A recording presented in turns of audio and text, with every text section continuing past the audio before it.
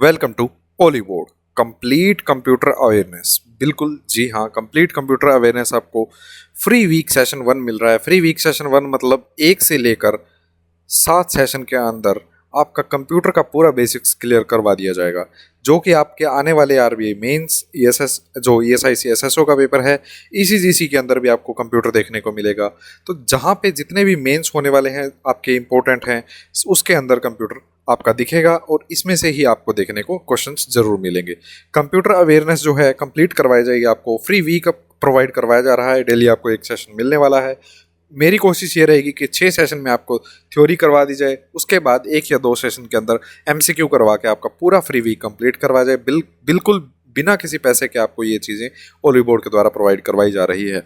मैं चाहता हूँ कि आपको कंप्यूटर अवेयरनेस वैसे करवाया जाए जैसे कि किसी बच्चे को करवाया जाना चाहिए। ठीक है, तो कंप्यूटर अवेयरनेस आपका जो ये होने वाला है, ये आपको एक बोल्ट पीडीएफ भी मिल जाएगी टेलीग्राम के अंदर। मैं आपको ग्रुप का लिंक बता दूंगा कि कहाँ पे आप जाके इसकी पीडीएफ प्राप्त कर सकते हैं। कंप्यूटर अवेयरनेस बैंकिंग और गवर्नमेंट एग्जाम दोनों के अंदर आपको काम आता है। तो सारे जो इंपॉर्टेंट कॉन्सेप्ट्स हैं वो आपको मैं करवाने वाला हूँ। हम स्टार्ट करते हैं इंट्रोडक्शन से। कंप्यूटर क्या होता है? एक ऐसी इलेक्ट्रॉनिक डिवाइस, थोड़ा सा मैं जल्दी जल्दी करवाऊंगा।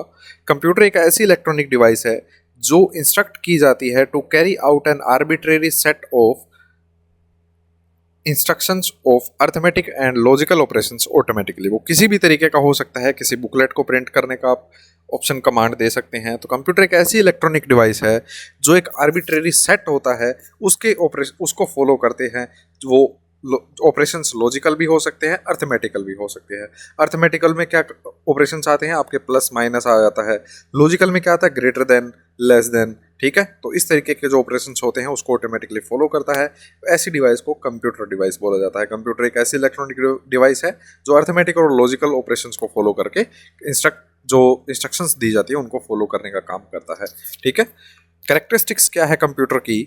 अब देखिए, आपको लग रहा होगा कि ये चीज़ें तो मुझे बेसिक सी है, पता है, लेकिन जब हम थर्ड सेशन में पहुंच रहे होंगे तो आपको ये चीज़ें मैं आपको एक्सपेक्ट करूंगा कि ये आपको आती हैं, इसलिए ये चीज़ें करनी जरूरी है। सभी को पता है कि कंप्यूटर की स्पीड बहुत फास्ट होती है, लेकिन आपको जो चीज़ें पता होनी चाहिए मैं उनको स्किप कैसे कर सकता हूँ? मैं कैसे एज्यूम कर सकता हूँ कि आपको ये चीज़ें आती होंगी? जब साथ ही लेक्चर है तो क्यों ना थोड़ा सा टाइम दे दिया जाए चीज़ों को।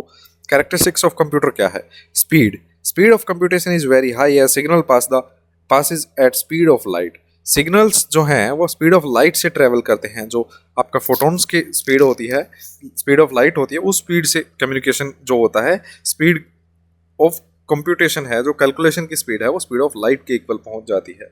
ठीक है, millions of calculations can be done in a second. ये आपको पता है, मिलियंस ऑफ कैलकुलेशन सेकंड्स के अंदर हो जाती है। और जो सबसे फास्ट कंप्यूटर होता है उसे बोला जाता है सुपर कंप्यूटर। सबसे फास्ट मतलब जो बहुत साइंटिफिक कैलकुलेशंस को सेकंड्स के अंदर करके दिखाया जाता है। इसीलिए तो ब्रॉडकास्ट वगैरह होता है या जो फोरकास्टिंग होती है वो सुपर कंप्यूटर्स के द्वारा की जाती है।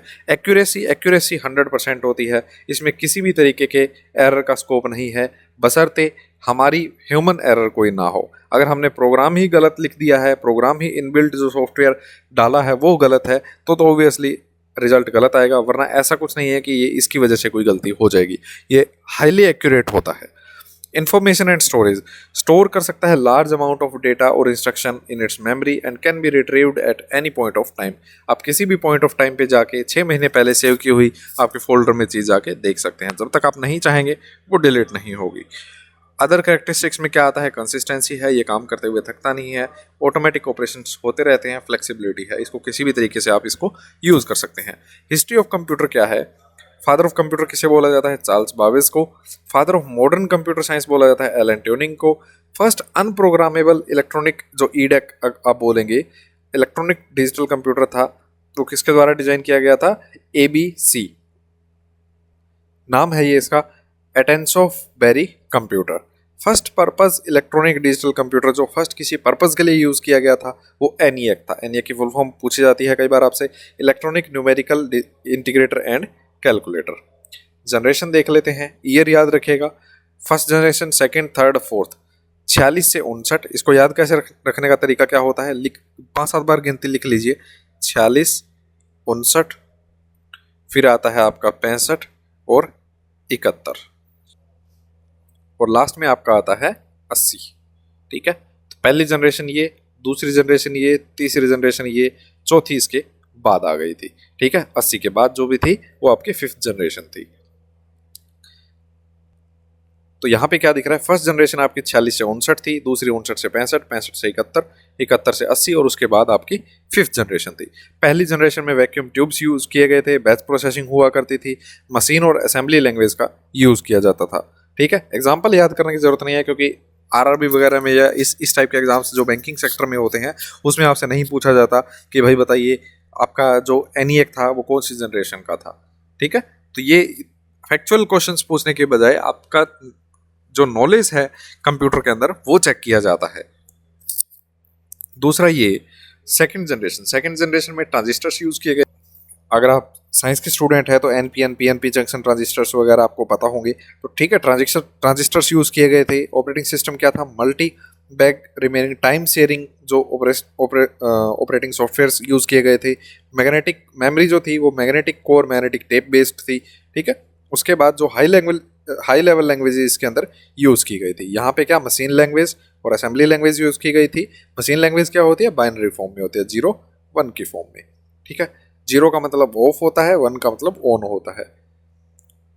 तो फोर्ट्रान फोर्ट्रान क्या होता है, फॉर्मूला ट्रांसलेशन, इसकी फुल फॉर्म भी कई बार पूछ ली जाती है। नेक्स्ट थर्ड जनरेशन में आईसीज यूज किए गए थे। आईसीज मतलब इंटीग्रेटेड चिप्स, यहाँ पे वीएलएसआईसीज यूज किए गए थे। ठीक है, तो very large scale integrated chips वगैरह जो थी आपकी। थर्ड जनरेशन में रिमोट प्रोसेसिंग हुआ करती थी, टाइम शेयरिंग और रियल टाइम मल्टी प्रोग्रामिंग हुआ करती थी। फोर्थ में आपका सेमीकंडक्टर चिप्स यूज किए जाने लगे। सेमीकंडक्टर जो आपकी बहुत ज़्यादा स्पीड देते हैं। ठीक है, और यहाँ पे इसके बाद जो लैंग्वेजेस थी उनमें आपको पूछने की ज़रूरत नहीं है। क्यों, क्योंकि यहाँ से यहाँ में ही डिफरेंस आया था। यहाँ पे मशीन लैंग्वेज थी, यहाँ पे आपकी हाई लेवल लैंग्वेज थी। ठीक है, ये भी बताते हैं हम यहाँ पे आपको कि क्या आपको नहीं करना है, किन चक्करों में नहीं पड़ना है। प्रेजेंट जनरेशन जो है 5th जनरेशन वो आपकी 1980 से लेकर अब तक चल रही है। अल्ट्रा लार्ज स्केल इंटीग्रेशन इसके अंदर यूज़ किया जाता है। हाई लेवल लैंग्वेजेस यानी कि C++, .NET या जावा आपकी स्क्रिप्ट यूज़ की जाती है। एग्जाम्पल्स क्या है, लैपटॉप डेस्कटॉप्स आप जो यूज़ करते हैं वो हैं। टाइप्स ऑफ कंप्यूटर क्या है, आपका पर्सनल कंप्यूटर होता है जो स्मॉल इनएक्सपेंसिव होता है फॉर पर्सनल यूज़ के लिए। इनएक्सपेंसिव इसलिए बोला जा रहा है क्योंकि जो सुपर कंप्यूटर्स हैं वो आपके करोड़ों में आते हैं। ठीक है, तो उनके कंपैरिजन में ये, और जिस हिसाब की टेक्नोलॉजी है उस हिसाब से तो इनएक्सपेंसिव ही है ये। ठीक है, माइक्रो कंप्यूटर्स हैं, इन्हें माइक्रो कंप्यूटर भी बोल दिया जाता है। ठीक है, popularly used at homes for playing games और surfing the internet. Word processing कर सकते हैं आप, डेस्कटॉप पब्लिशिंग कर सकते हैं, स्प्रेडशीट्स डाटाबेस मैनेजमेंट कर सकते हैं। Mini computer, these were designed for specific task but now lost popularity due to advent of PCs. क्योंकि आपके पास पर्सनल कंप्यूटर्स आ गए हैं जिनमें आप सब कुछ कर सकते हैं, इसलिए मिनी कंप्यूटर का चलन अब खत्म हो गया है, जो कि स्पेशली किसी डिजाइन किए जाते थे टास्क के लिए, स्पेशल टास्क के लिए ही इनको तैयार किया जाता था। मेन फ्रेम कंप्यूटर क्या होता है, ये एक्सपेंसिव होते हैं और आपके लार्ज स्केल होते हैं। ठीक है, ये कमरे की जगह भी घेर लेते हैं। Are capable of supporting hundreds of users simultaneously. Hundreds of users simultaneously इसके ऊपर काम कर सकते हैं। सुपर कंप्यूटर मैंने आपको बताया पावरफुल होते हैं, एक्सपेंसिव होते हैं और फास्टेस्ट कंप्यूटर होते हैं। ठीक है, और used for applications that requires large amount of mathematical computations. Mathematical computation large scale की जब चाहिए होती है, जैसे कि वेदर फोरकास्टिंग है जिसमें आप लाखों संभावनाएं लेके चलते हैं, अगर ऐसा हुआ तो क्या रिजल्ट बनने वाला है, ऐसा हुआ तो क्या रिजल्ट बनने वाला है, तो इसमें आपको लाखों कैलकुलेशंस करनी पड़ती हैं और माइक्रो सेकंड्स के अंदर करनी होती है, नैनो सेकंड्स के अंदर आपको करनी होती है। ठीक है, ग्राफिक डिजाइनिंग होगी, फ्लूइड डायनेमिक्स होगी, वेदर फोरकास्टिंग के लिए आपके सुपर कंप्यूटर्स यूज किए जाते हैं।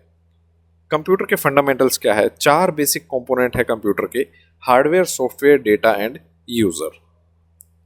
हार्डवेयर आपको जरूरत पड़ती है जो आप कमांड्स दे रहे हैं या जिनसे आपको कमांड देनी है, या जो रिजल्ट आता है उसका आउटपुट चाहिए आपको, तो उन्हें बोला जाता है हार्डवेयर, जो फिजिकली आपको प्रेजेंस दिखाएंगे उस डेटा की। सॉफ्टवेयर होता है एक सेट ऑफ इलेक्ट्रॉनिक इंस्ट्रक्शंस, एक प्रोग्राम लिख दिया जाता है। ठीक है, और प्रोग्राम्स के कॉम्बिनेशन को एक सॉफ्टवेयर बोला जाता है। ठीक है, तो इसमें कौन सा सॉफ्टवेयर है, आप जब कहते हैं कि फ़ोन में मेरा ऑपरेटिंग सिस्टम जैसे कि iOS 13 है, तो उसमें क्या होता है, अलग अलग प्रोग्राम्स लिखे जाते हैं। प्रोग्राम क्या होता है, set of instruction for a particular task, particular task के लिए एक प्रोग्राम हो गया, दूसरे पर्टिकुलर टास्क के लिए एक प्रोग्राम हो गया, तीसरे पर्टिकुलर टास्क के लिए एक प्रोग्राम हो गया। तो मान लीजिए कि कॉलिंग के लिए एक प्रोग्राम लिख दिया गया है, ठीक है, एक गेम खेलने के लिए प्रोग्राम लिख दिया गया है, एक फोटो क्लिक करने के लिए कैमरा का प्रोग्राम लिख दिया गया है, ठीक है, कॉन्टैक्ट सेव करने का प्रोग्राम लिख दिया, उन सब का कॉम्बाइन करके एक सॉफ्टवेयर बन जाता है, ठीक है। तो यही तो होता है हमारा ऑपरेटिंग सॉफ्टवेयर जो होता है। डेटा, डेटा किसे बोलते हैं? डेटा होता है वो रो फैक्ट्स जो कंप्यूटर के अंदर स्टोर किए जाते हैं और in the form of numbers वो रीड किए जाते हैं, ठीक है। यूजर क्या होता है? वो लोग जो उस कंप्यूटर के ऊपर काम कर रहे हैं, जो सर्टेन रिजल्ट्स और आउटकम्स के लिए कंप्यूटर के ऊपर काम कर रहे हैं, उन्हें बोला जाता है यूजर्स। तो जो एक जर्नी होती है सॉफ्टवेयर के नीचे, सॉफ्टवेयर कितने टाइप का होता है? सिस्टम सॉफ्टवेयर हो सकता है, आपका एप्लीकेशन सॉफ्टवेयर हो सकता है। सिस्टम सॉफ्टवेयर उस सिस्टम को चलाने के लिए होता है, एप्लीकेशन सॉफ्टवेयर पर्टिकुलर एप्लीकेशंस के लिए जो सॉफ्टवेयर डिजाइन किए जाते हैं, ठीक है, जैसे कि आपका स्प्रेडशीट हो गया, ठीक है, तो कोई वेब ब्राउजर हो गया। तो इस तरीके के जो सॉफ्टवेयर होते हैं वो आपके एप्लीकेशन सॉफ्टवेयर में काउंट किए जाते हैं। सिस्टम सॉफ्टवेयर उस सिस्टम को चलाने के लिए जो सॉफ्टवेयर होते हैं, सिस्टम मतलब आप फोन का एग्जांपल ले लीजिए या विंडोज़ ले लीजिए, विंडो ऑपरेटिंग सिस्टम जो होता है, विंडोज़ ओएस का मतलब ऑपरेटिंग सिस्टम होता है वहाँ पे, ठीक है। तो जो सिस्टम सॉफ्टवेयर है वो उस सिस्टम को चलाने का काम करता है। एप्लीकेशन सॉफ्टवेयर काम नहीं कर पाएगा जब तक सिस्टम सॉफ्टवेयर नहीं है। बिना एप्लीकेशंस के फ़ोन चल जाता है, लेकिन सिस्टम सॉफ्टवेयर के बिना आपका फ़ोन नहीं चलेगा। तो ऑपरेटिंग सिस्टम के नीचे यूटिलिटी प्रोग्राम्स होते हैं, जो